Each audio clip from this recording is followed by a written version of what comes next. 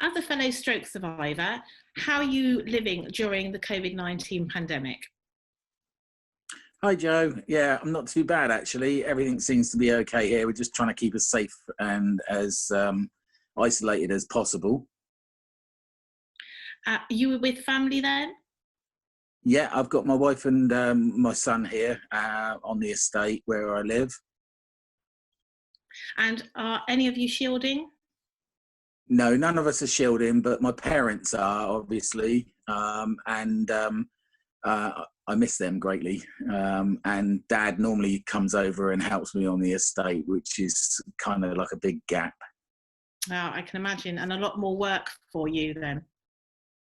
Yeah, it's actually doubled the workload. And so are you responsible for buying food for your mum and dad? No, we haven't had to stretch to that yet. Luckily, Mum and Dad are still able to get out and about. They get on the old age pensioners queue, which they quite some seem to enjoy. But you're obviously just missing seeing their faces and being able to hug and talk to them like you would normally. Yeah, that's right. Just being able to just chat to them like face to face is kind of like difficult. Over the phone is okay. They haven't got the internet, so there's no actual like we are doing right this minute. So it's kind of strange really that it's only via phone call, or like the other day Dad popped out just to lend something to me. He dropped it off at a great distance and then I went and retrieved it at a great distance. So yeah, it's kind of strange.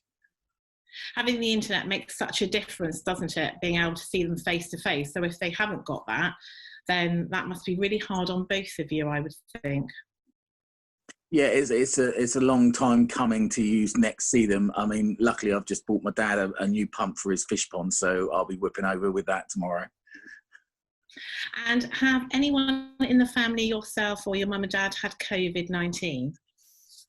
No, I don't know actually anyone locally here. We only live in a small village in Hampshire, so I don't know anyone in this area. And according to the statistics, that there's not anyone in this area that's had COVID-19. And how is the COVID-19 outbreak affecting you on a daily basis? For instance, are you able to get all the food and the medicines that you need?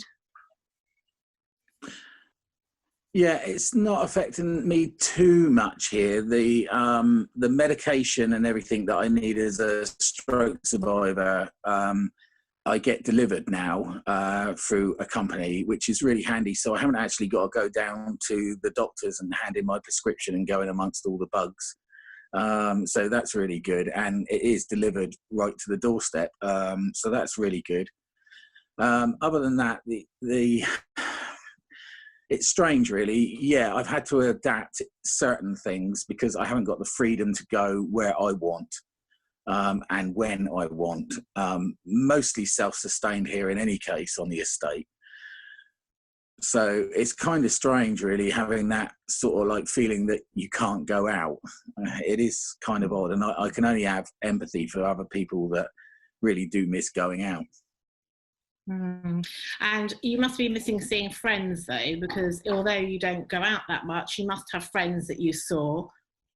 Yeah, that's right. I mean, running a stroke group with yourself and Ranj, it's kind of strange not seeing the same guys all the time and miss you, you know, and it's kind of weird. Miss you too. And what are you missing most about your life prior to lockdown? Is it the stroke group, from what you've just said, or are there other things?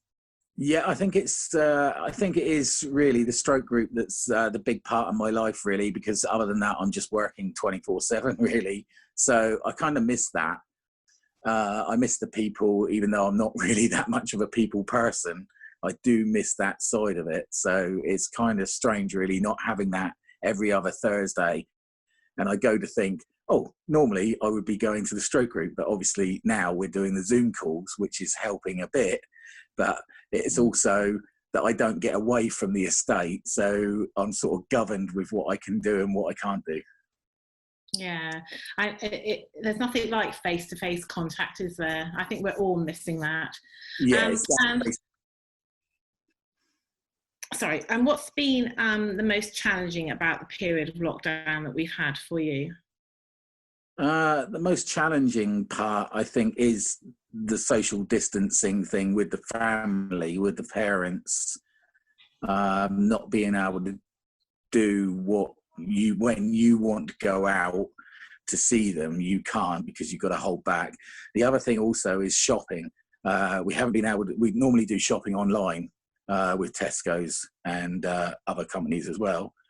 But we can't get a slot anymore, and it's a real pain in the neck. Even though I've had a stroke, I'm still not classed as vulnerable, it seems. So it's kind of difficult, really. But just lately, I see it has actually opened up a few doors that they are letting people go back online and order again. So we've managed to get another slot. So it's been about probably 2 weeks where we've actually had to go physical shopping. So it's kind of weird. So have you looked at different stores to get your shopping, or has it still been the same store?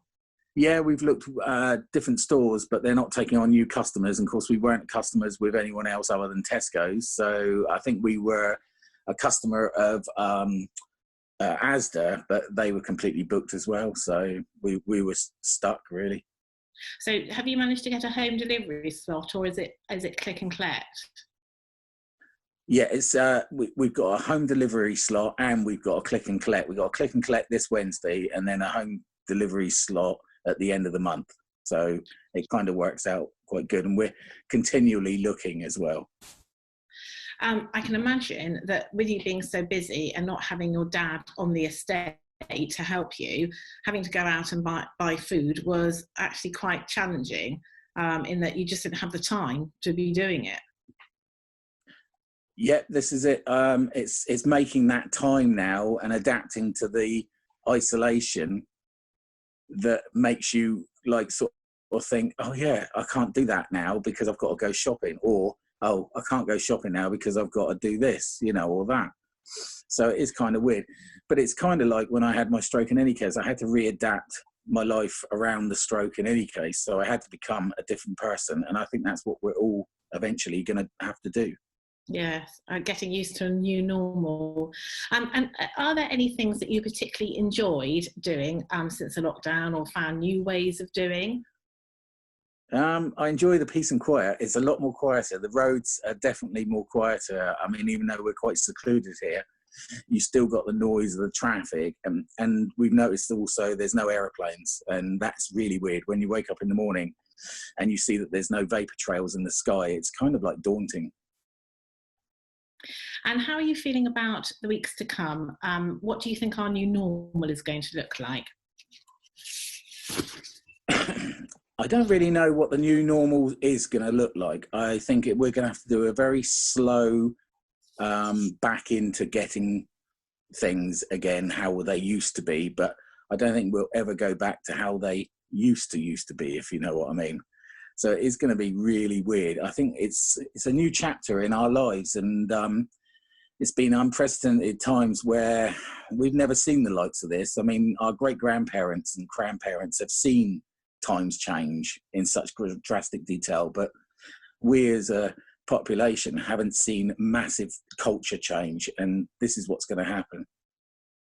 If you don't mind, I'd just like to ask you some questions on healthcare services as well. Have you had any contact with healthcare services during the lockdown period? No, I haven't at all. Okay, and have any other members of your family?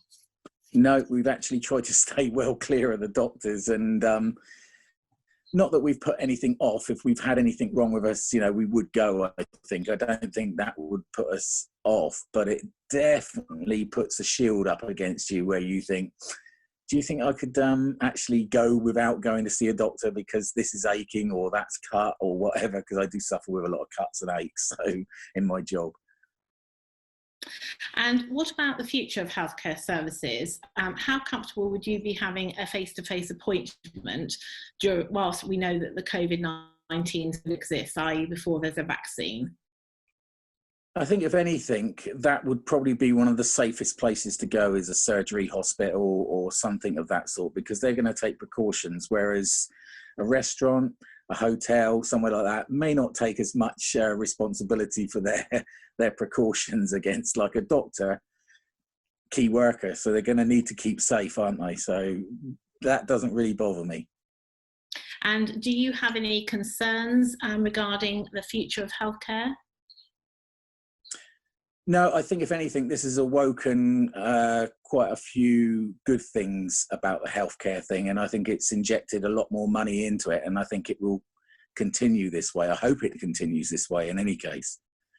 And I think it's sorting out certain aspects of the healthcare system that weren't very good. And now, hopefully, this new chapter, they will be able to put things right. Well, thank you very much, Andy. Thank you for sharing your experience of lockdown and also for answering some questions on healthcare. No, well, thank you very much too, Jo.